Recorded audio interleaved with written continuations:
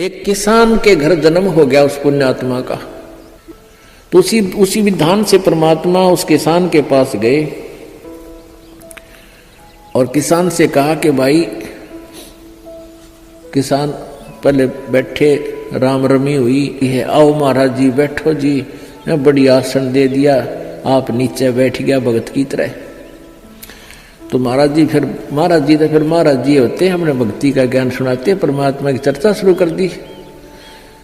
तो कहने उदाट कर वो किसान कहने लगा, कहाँ जी भक्ति तो मैं करता हूँ, क्या भक्ति के, तो मंदिर में जाता हूँ, शिव जी की पूजा करता हूँ। फिर सारी बात बताई, भाई यह भक्ति ठीक नहीं, भक्ति की विधि ये है जो आपके शास्त्रों में लिखी हुई है, कैसी करो। अच्छा जी ठीक सत है, भक्ति भी कराएंगे भाई, फिर उपदेश ले ले। अगना जी नहीं, ये तो बच्चे छोटे छोटे हैं, ये थोड़े से ठीक हो जाए, अपना काम संभालन जोगे, फिर महाराज जी तेरे आप पक्का चेला बन जाऊंगा।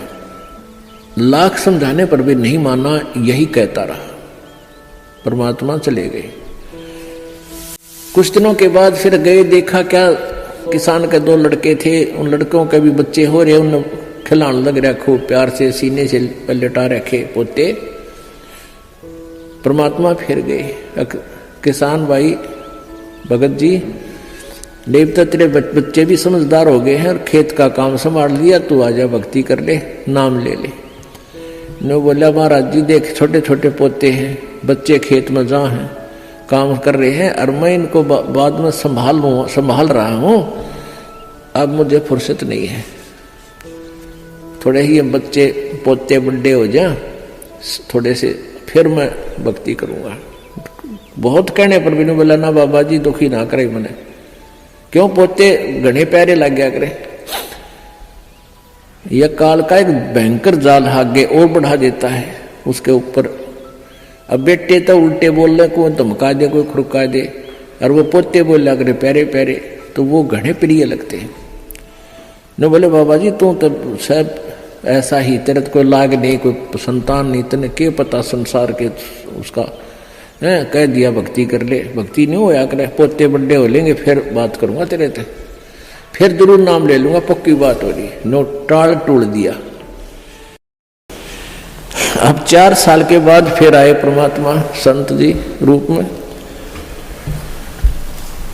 तो घर आके पूछा कि भाई तुम्हारा वो कहाँ गए तुम्हारे पिताजी दादाजी।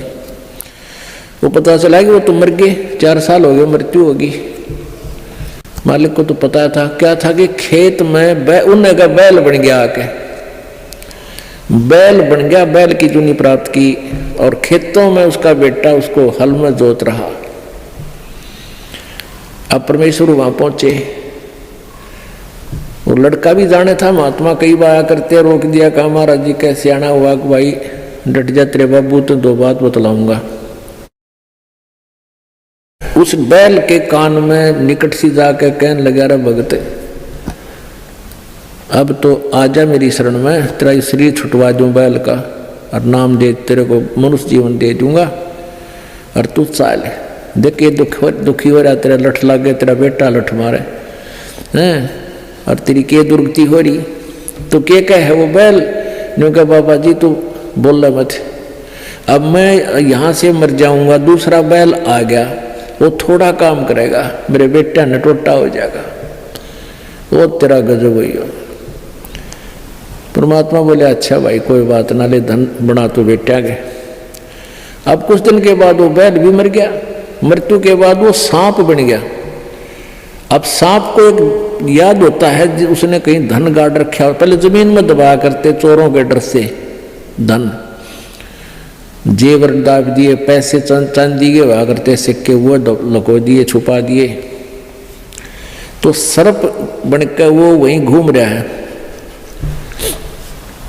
अब वो पुत्र वधुओं ने देख लिया, शोर मचाया, सांप सांप, उन बेटा ने मारा लठ उसका, वो मोरी में गए निकल गया, पर 1-2 लाठी अच्छी लगी उसके, कंडम हो गया बीच तक। वो सहज सहज धीरे धीरे सरक कर बोझड़ों में झाड़ उन बोझड़ा में पड़ा। जब परमात्मा गए, कहाँ सुना भगत जी अब आओगा मेरी शरण में, ने बोला जी जान बचा दो मेरी और अपनी शरण में ले लो। मैंने देख लिया कोई नहीं किसी का। परमात्मा बोले सांकड़ी तोड़वा का आया तू मेरी शरण में आया था, पर ये हड्डी तोड़वा के पसड़ी तोड़वा के जब आई तरह समझ में कोई नहीं किसी का। और हम रोज रोन लाग रहे कोई किसी का, कोई ना अपनी भक्ति करो। कहते हैं एक लेवा एक देवा दूतम, कोई किसी का पिता नहीं पुतम, ऋण संबंध जुड़ा एक ठाठा, अंश में सब 12 बाटा। तो परमात्मा इतने दयालु हैं, फिर उसको शरण में लिया, दोबारा मानव जन्म दिया।